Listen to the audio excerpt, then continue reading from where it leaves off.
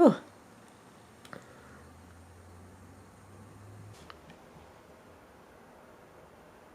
Squinch down a little. Hi, I'm Mo. It is September 22nd. It is officially the first day of fall, and 2 days ago we had a harvest moon slash full moon. You can see I woke up to Irving having knocked over the compost, so pretty classic and probably a good way to start a day in the life video. So one of the videos that my Instagram followers voted on to include in my September plan with me was a day in the life. Today is a weird day. It's a free day for me because I was supposed to work today, but due to staffing issues, continual staffing issues that we're dealing with at my job, the owner had to close my location today, and I got a free day off. Tomorrow, Thursday, is usually my day off, so I have that day off too. So I have 2 days off in a row, which is amazing.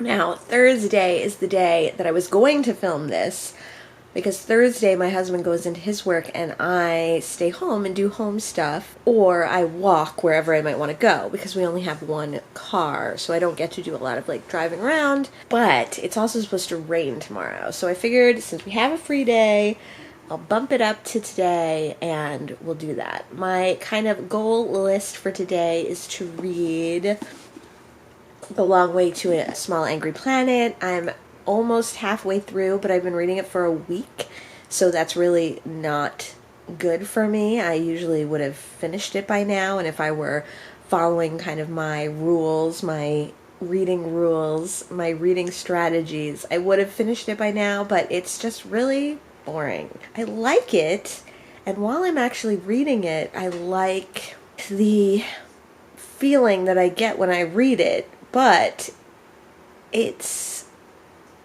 I just don't want to pick it up. Like, it's not the thing that I want to pick up. I'm also reading The Seven of Doubt, but that one is short stories and clips and interviews, and so I can't really read that like big swaths at a time. I can't read 100 pages at a time. I can only read like 1 or 2 stories. I've been reading those two together and then listening to Starship Troopers. Starship Troopers I'll probably finish today. I only have about an hour and a half.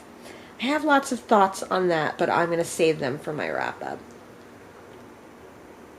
So today I get the car, which means that I'm going to do some house chores.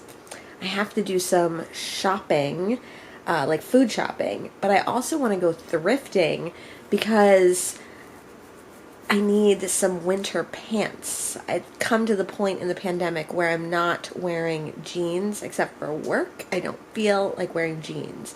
So I got through summer on like 2 pairs of non-jeans and a couple of good pairs of shorts, and then my skirts and dresses. But for winter, I definitely need some new non-jeans pants. So we'll do that today too. I've been trying really hard to read before I go on the internet and get back into that habit. If you would like to see a video of the goals and habits I'm trying to achieve by the end of 2021, let me know in the comments below. My camera's gonna die. So I'm going to charge that. I'm going to drink my coffee. I'm going to read some Becky Chambers, and I'll catch up with you when I do some more on Wednesday. Since my camera battery was dead, you missed a little bit of my morning, but I just fed the cats. One of the chores today is to clean up the cat area. You can see there's some cat puke right here that happened right before I fed them. Very pleasant. And another chore that I did today was to work on some editing. I'm going to do some more of that later as well. This is my desk area, which needs to get cleaned. That's maybe a chore to do today. And then this is my husband's desk area. So you can see that they're like literally right next to each other. So when he's working from home, it's a little bit more difficult for us to work together. So I try to take the opportunity to do things in the morning before he gets up, like editing and other things that I want to do that make more noise. So probably when he gets up and goes to work, I'll be able to work on filming, which I'll do in another room, and then I'll be able to work on other chores and things that won't necessarily bother him so much. This isn't usually too much of a problem because I do get up a lot earlier than he does, and I try to get things done before I go to my job, and since he works from home the majority of the time. But it is nice that now we have Thursdays where he goes into the office, so I get another day of just kind of getting to do stuff from home. So now I am going to do some dishes and some chores. By that time he'll probably be up and headed to work, and I will probably try to see if I can head out and start doing some of the thrifting that I want to get done today.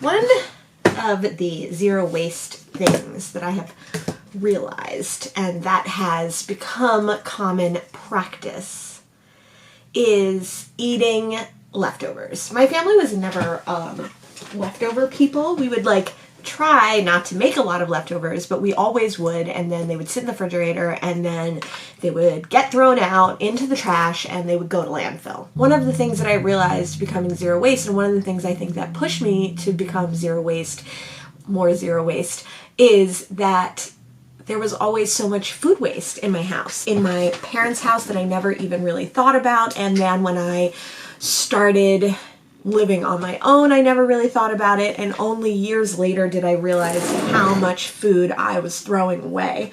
And I became really distressed about this because I would buy vegetables and never use them, never eat them, and literally just throw them in the trash. So wasting money, absolutely. Wasting resources, 100%. Not thinking about the labor that went into picking those vegetables, especially vegetables specifically, because those are often picked by people who are migrant workers and not getting fair wages or not getting fair conditions, and also just throwing them into landfill where they're creating methane gas at a faster rate than other things in the landfill. So they are not decomposing the way they should be, and they are creating harmful gases for an environment. So when I got my own house, we definitely started composting immediately. And so any food waste that we do have now goes into compost, and it goes back into the ground, and it goes back into our garden and the food that we grow for ourselves, which is better. But another thing that's important is to cut down on the waste that you create no matter what.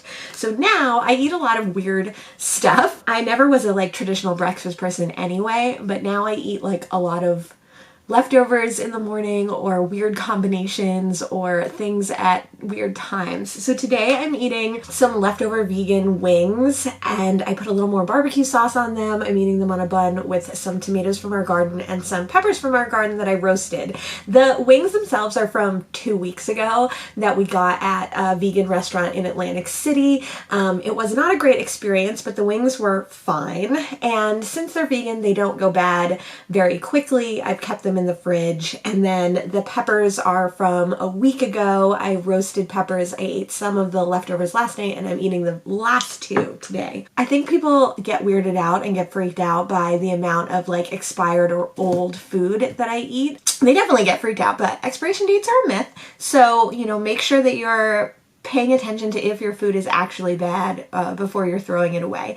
And make sure that you're trying to eat what you have. It saves you money, it saves you effort, it saves the environment, and it saves the workers.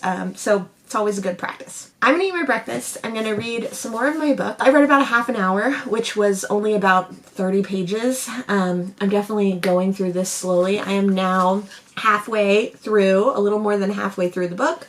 So I'm going to try and finish this over the next 2 days. I'm so far behind with my September TBR and my September reading that I'd really like to get this done.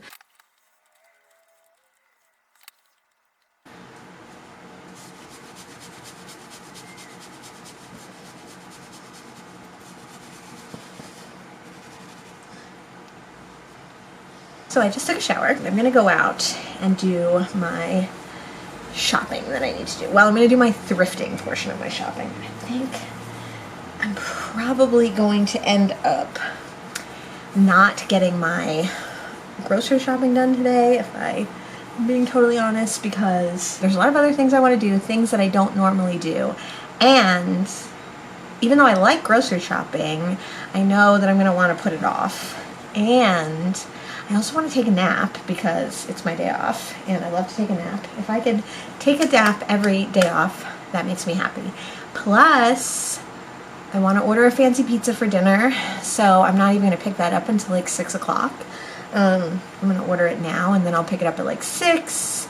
And then by the time I get it home and the time we eat, it's going to be like 8. And then I'm like not going to want to go out again. So I have a feeling that I am not going to make it to the grocery today, but I will try to make it to the grocery tomorrow when my husband gets home from work. I don't go shopping very often. I don't go clothes shopping very often at all. I used to go thrifting more when I had more time to go thrifting, but I found that I would get a lot of stuff that I didn't need and didn't use and then end up just having to redonate it or give it away. I recently is like 4 or 5 months ago, go on like a thrifting like week where I like did a bunch of thrifting and bought like 12 pairs of pants because of my like pants dilemma.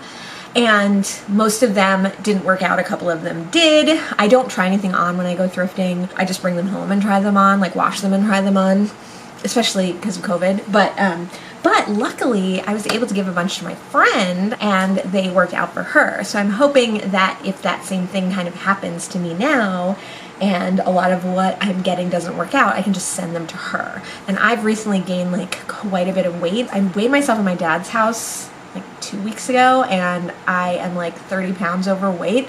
So for where I feel comfortable, like even that is overweight for like my height or whatever. But I'm usually hovering in that 10 to 15 pounds over my ideal weight, and now I'm in the 30 pounds over my ideal weight, so I do have to maybe start thinking about that. I want to change the way I'm eating, and I want to exercise more, especially now that the winter's coming on, and I know that I tend to be more sedentary in the winter anyway. The point being is, if I'm not comfortable in the clothes that I have currently, for the body that I have currently, I need to find clothes that I am happy with and feel comfortable wearing. I probably won't bring my filming camera. I will shoot on my phone and I'll try to share some of those clips. My first stop today was Dean's Natural Market. This is a local family-owned organic market. Everything they do is organic. They have a great produce section, they have a great vitamin section, and they have a juice bar, and I was able to get a juice in my own glass container, which is super exciting. Right next door to Dean's is Back on the Racks. It's a consignment shop and it's a lot more curated and a lot more expensive than your typical thrift store, but I do like going there and checking it out. My next stop was the Salvation Army, which is a more typical thrift store for me. I looked at the books and the housewares as well as the pants. They have a really nice selection. They're a newer Salvation Army in Ocean Township, New Jersey, and I like that they have a lot of different items, and I usually find something good there. I'm back. Not a super successful thrifting trip, but I went to Dean's, which I love. It's an organic market. I should go there more often. I kind of fell out of going there during COVID because I really cut down on the amount of like shops that I was going to and where I was buying things, so we would just do one big shop every like 3 weeks instead of lots of little shops. But it's such a great place. Not cheap. Right around the corner from Dean's is a consignment shop. It's a little bit more pricey, but it's extremely much more curated. I like it, but I don't go there very often because it is expensive. I found these pants there. So they are like wide leg, high waisted. They're cotton and silk.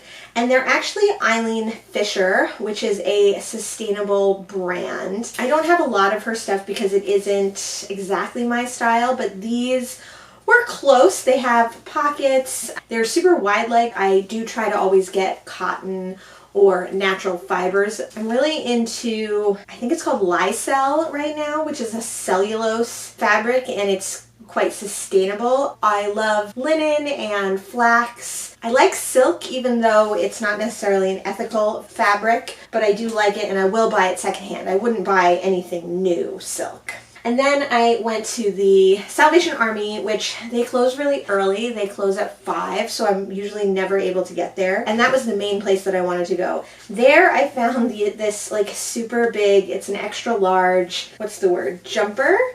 No, that's a sweater. What are these called? Actually, going to Off the Rack reminded me that I did buy 2 more of these like jumper play suit things that I haven't been wearing because they're a little bit colder weather. So I'm definitely going to bust those out and try wearing those.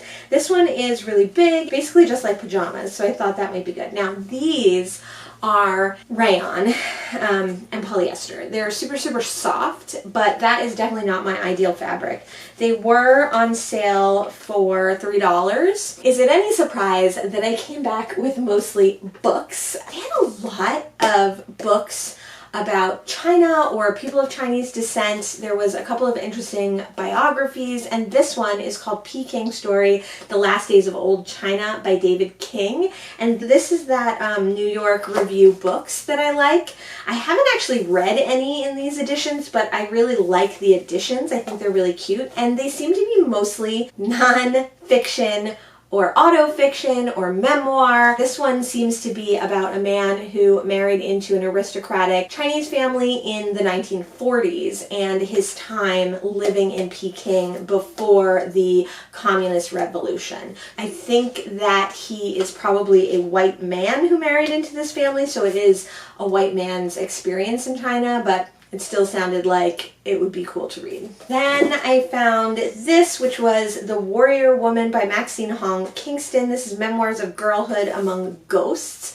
This is an account of growing up female and Chinese American in California. That sounded super interesting to me. So I've never heard of this person. I have to say I'm getting so excited for Nonfiction November. I can't wait.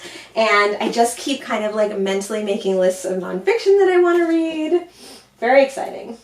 Along the Chinese American theme, I picked up The Joy Luck Club by Amy Tan. It has yellow sprayed edges, very cute.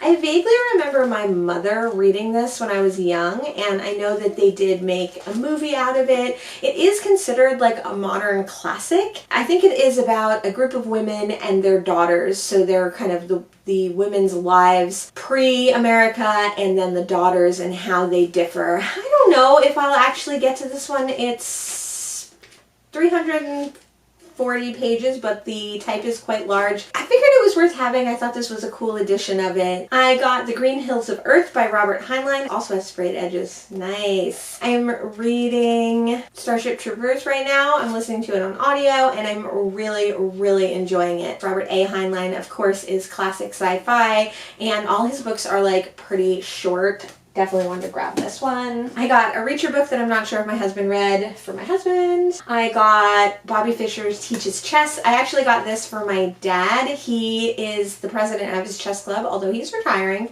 And every year they do a Christmas auction, and they have books that you can bid on, and the money goes to the chess club. So I thought this was a pretty awesome old edition of a Bobby Fischer book. Like, can't go wrong, right? I don't know anything really about the Marx Brothers. I think I've seen like 2 Marx Brothers movies, classics of course, but I've never really known anything about it. But I saw this autobiography of Groucho Marx, and I just, again, maybe it's the nonfiction bug, I'm not sure, but I wanted to get it. I picked this one up. It's Myths and Legends of China. This one also looks like it's quite old, maybe written in the 20s, 30s, and 40s, but it had some cool pictures and it just seemed like maybe a good, addition to have. It was originally written in 1922, it looks like, and redone in an unabridged Dover edition in 1994.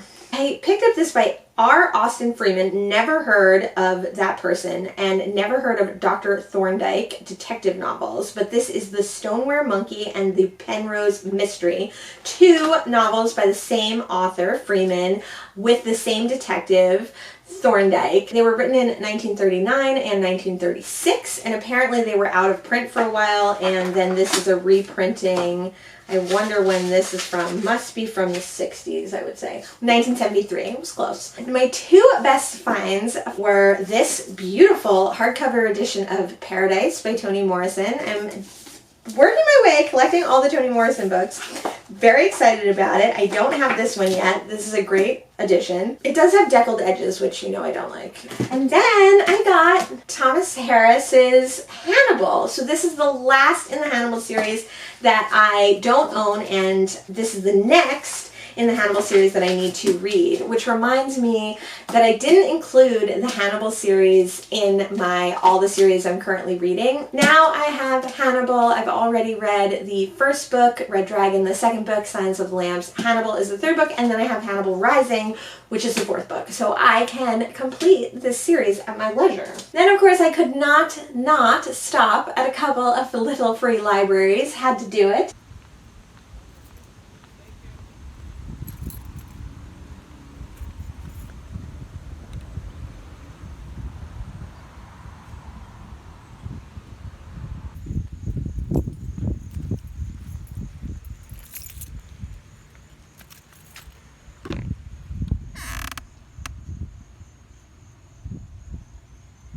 In the last one, which is the closest one to my house, I found The Age of Innocence by Edith Wharton. I haven't read any Edith Wharton, but I hear that this is a good classic. Then I was super happy to find Disability Visibility. Of course, this is all the buzz on BookTube and supposedly a great look at persons from the 21st century, people with disabilities, and a lot about ableism and how that works in America specifically, but I think in other countries as well. It is edited by Alice Wong, but it is written by a bunch of different people. This is not a nonfiction that I would have picked up on my own, but since it was in my little free library, I will definitely be reading it. Any books that I bring into the house, I always just put aside to make sure that they get their coronavirus germs off of them. So I'm going to put those there, and then I'm really going to take a nap because it's about 3 o'clock, 3:30, and I have to go in about 2 hours to pick up Art Fancy pizza dinner, and that means I'm going to have to drive again. And honestly, going to 3 stores took it out of me. I'm ready to read some of my Becky Chambers book and take a nap, and I will catch up with you a little bit later. No, I wasn't filming. I hate that about the phone. It moves.